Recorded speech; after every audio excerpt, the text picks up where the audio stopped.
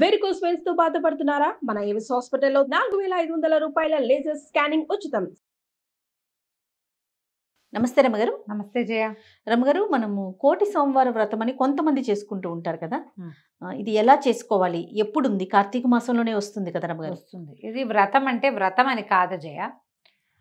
కార్తీక మాసంలో ప్రతిరోజు పర్వదినమే కదా. ప్రతిరోజు ఏ ఒక్కరోజు మనం ఉపవాసం ఉన్నా, ఏ ఒక్కరోజు దేవాలయానికి వెళ్ళినా, ఏ ఒక్కరోజు దీపం పెట్టినా, దానం చేసినా, స్నానం చేసినా, పురాణం విన్నా ఆ ఒకరోజు అమృతతుల్యమే. అయితే ప్రత్యేకంగా పర్వదినాలు ఏం చెప్పాం మనము? మొదట బలిపాడ్యమి, భగ్నిహస్త భోజనము పర్వదినాలు, నాగుల చవితి పర్వదినము, ఆ తర్వాత 4 సోమవారాలు, 2 ఏకాదశులు, పౌర్ణమి, అమావాస్య తిథులు, ఇవి ప్రత్యేకంగా చెప్పబడ్డాయి. అయితే ఇందులో ఇవన్నీ కూడా వార సంబంధమైనవి కనపడుతున్నాయి చూడు నీకు. అవును, అన్ని వారాలే కదా. అయితే ఇందులో ఈ కార్తీక మాసం శివ సంబంధమైన కార్తీక మాసంలో విష్ణు ప్రీతి కోసమే మనం పూజ చేస్తాం. కార్తీక దామోదర ప్రీత్యర్థం చేస్తాం. దామోదరుడి యొక్క నక్షత్రం శ్రవణ నక్షత్రం, స్వామివారి వెంకటేశ్వర స్వామివారి నక్షత్రంగా చెప్తారు. విష్ణువు యొక్క నక్షత్రము అని అంటారు, కానీ విష్ణువు యొక్క ఏ నక్షత్రంలో ఆయన జన్మించాడో మనకు తెలీదు. కానీ విష్ణు సంబంధమైన నక్షత్రము శ్రవణం. చూడు, రాముల వారు పునర్వసు నక్షత్రం, కృష్ణుడు రోహిణి నక్షత్రం, క్లియర్గా తెలుస్తుంది. ఇప్పుడు శ్రవణ నక్షత్రంలోనే వెంకటేశ్వర స్వామి వారు జన్మీదికి అవతరించారు, ప్రకటితమయ్యారు. అయితే ఈ శ్రవణ నక్షత్రం విశేషం. ఈ నెలలో ఇంక ఏ నక్షత్రాలు విశేషమైనవిగా చెప్పట్ల. కృత్తికా నక్షత్రంతో చంద్రుడు కలిసి ఉంటాడు కాబట్టి దీన్ని కార్తీక మాసము అన్నారు. కృత్తిక తోటి ఉంటాడు ప్రతి నెల, అంతే. అశ్విని తోటి ఉన్నది ఆశ్వీజ మాసం, కృత్తిక తోటి ఉన్నది ఇది. మృగశిర నక్షత్రంతో కలిసింది మార్గశిర మాసం. అట్లా అన్నమాట లెక్క. ఏ నక్షత్రంతో చంద్రుడు కలిసి ఉంటాడో ఆ నక్షత్ర నామధేయాన్ని అటు ఇటుగా మార్చి మాసానికి ఇచ్చారు. ఇప్పుడు ఈ నెలలో శ్రవణ నక్షత్రం చాలా విశేషమైంది. కార్తీకం అంతా పాటించకపోయినా ఏ రోజున శ్రవణ నక్షత్రం వస్తుందో ఆ రోజున గనక ఏ విధి చేసినా, స్నాన దాన జప తపాలు, అన్నదానాలు, ఏవైనా ఏ దానం చేసినా 1,000,000 సార్లు చేసిన ఫలితం ఇస్తుంది. అది ఏటా ఏదో ఒక రోజు ర్యాండమ్గా వస్తూ ఉంటుంది. ఒకవేళ సోమవారం నాడే కనుక శ్రవణ నక్షత్రం వస్తే అది విశేషమైన ఫలితాన్ని ఇస్తుంది. కానీ ఈసారి అలా రాలేదు. గోపాష్టమిగా చెప్తారు. అష్టమి నాడు శ్రవణ నక్షత్రం వచ్చింది కాబట్టి ఆ రోజున మనం కోటి సోమవార వ్రతం చేసుకోవచ్చు. సోమవారం నాడు ఏ ఏ విధులు పాటిస్తామో ఆ విధంగా తెల్లవారుజామున స్నానం, సాయంకాలం నక్షత్ర దర్శనం అయ్యాక భోజనం, ఈ మధ్యలో దేవాలయ దర్శనము, దీపదానము, వస్త్రదానము, అన్నదానము, గోదానము, సువర్ణదానం, భూదానం, మీరు ఏ దానం చేయగలిగితే పుస్తక దానంతో వస్త్రదానంతో సహా ఏది చేసినా 1,000,000 సార్లు గుణితం అవుతుంది. అది ఈ నెలంతా మేము చేయలేం, ఈ శనివారం మేము కుదుర్చుకుని చేసుకుంటాం అంటే నెలంతా చేసిన ఫలితం లభిస్తుంది. మిగిలిన ఏ రోజులకి ఒకసారి చేస్తే ఒకటి చేసినట్టు. ఈ ఒక్క రోజుకి శ్రవణ నక్షత్రం ఉన్న రోజున చేస్తే మనకి కోటి సోమవార వ్రతం ఫలితం లభిస్తుంది.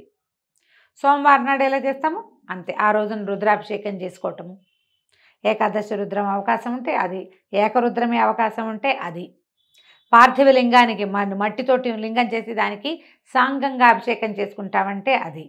లింగాలు చేసుకుని మీ ఇంట్లో పెట్టుకుంటే ఫలితం కాదు, లింగానికి అభిషేకం చేయాలి. ఎందుకంటే అభిషేక ప్రియ శివ, అలంకార ప్రియో విష్ణు, శాస్త్రం ఇది. మొదట చెప్పబడిన వాక్యాలు. నువ్వు లింగం ఇంట్లో ఉంచుకోవటం వల్ల నీకు ప్రయోజనము అన్న మాట సర్వాబద్ధం, అది కాదు. మట్టితో శివలింగం చేయించి ఆ పార్థివ లింగానికి, పార్థివలింగం అంటే పృథివీ సంబంధమైనది, అదేదో పెద్ద విశేషమైన సమాసం కాదు, మట్టితో చేయబడింది. మృణ్మయ లింగం అంటారు, మృత్తికాలింగం అనొచ్చు, పార్థివలింగం అన్నా కూడా మట్టితో చేయబడింది. ఈ పార్థివలింగానికి అభిషేకం చేసుకోవాలి. అభిషేకం చేయించుకుని చేస్తే విశేషమైన ఫలితం లభిస్తుంది. ఈ రోజున మీరు ఏదైనా నదీ స్నానం చేయదలుచుకుంటే నెలలో ఈ ప్రత్యేకమైన రోజున నదీ స్నానం చేస్తే 1,000,000 నదులలో స్నానం చేసిన ఫలితం. ఈ 1,000,000 జన్మల నుంచి మీరు చేయని కార్తీక స్నానం ఈ ఒక్కదాంతో ఫలిస్తుంది. 1,000,000 సార్లు మీరు చేయవలసింది మానేసిన దానం ఈ ఒక్కరోజు ఫలిస్తుంది.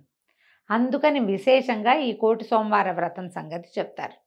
ఇలాంటి ప్రశ్నలు ఏమీ వేయకండి. మనకు నక్షత్రం ప్రధానం. ఇక్కడ నక్షత్ర ప్రధానంగానే ఈరోజు చెప్పబడింది. ఎవరెవరు ఏమేం చేస్తే అదేమా మేమేమీ చేయలేమండి, కానీ ఈరోజు కార్తీక సోమవారం 1,00,000 సోమవార వ్రతం అని తెలుసుకున్నాం, దండం పెట్టుకోండి, ఒక్క పంచాక్షరి మంత్రం చెప్పుకోండి, నమశివాయ అంటమే, ఏదైనా దేవాలయానికి వెళ్ళరండి, పురాణం వినండి. మనకి ఎట్లాగా 3 పూట్ల మనకున్న 8-10 ఛానల్స్లోనూ వస్తుంది కార్తీక పురాణం. ఎప్పుడు అవకాశం ఉంటే అప్పుడు కార్తీక పురాణం వినండి. ఇందులో చిన్నపిల్లలు పెద్దవాళ్ళు ఆ తేడా ఏం లేదమ్మా, అందరూ వినొచ్చు. సర్వావస్థల్లోనూ పురాణం వినడానికి తప్పులేదు. చదవడం తప్పు, స్నానం పానం చేయకుండా చదవకూడదు. పఠనం తప్పు, పఠనం పూర్తిగా తప్పు చేయకూడదు. శ్రవణం చేయొచ్చు.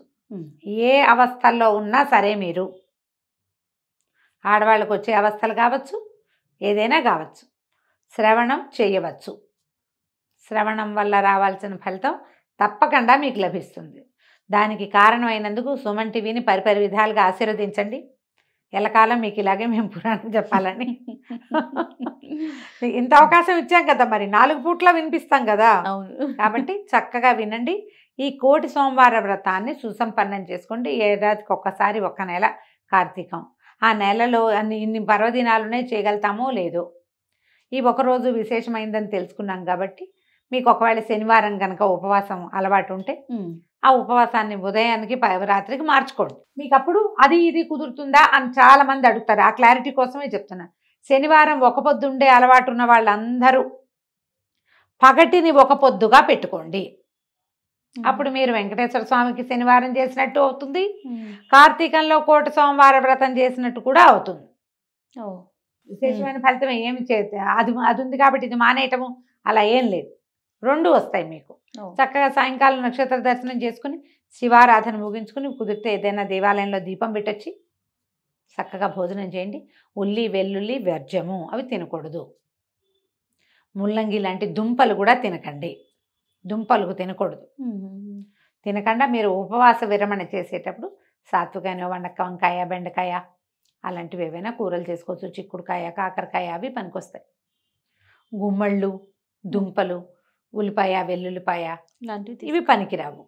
అవి తినకుండా మామూలుగా చక్కగా పప్పు, ఆకుకూర పప్పు, పాలకూర పప్పు, రసము అలాంటిది ఏవైనా పెట్టుకోండి. పొద్దుటి పదార్థాలు తినబోకండి. పొద్దున వండుకున్నది సాయంత్రానికి తినకూడదు. ఇలా చేస్తే కనుక మీకు 1,00,000 సోమవార ఫలితం లభిస్తుంది. తప్పకుండా రమ్మగారు. నమస్తే. నమస్తే.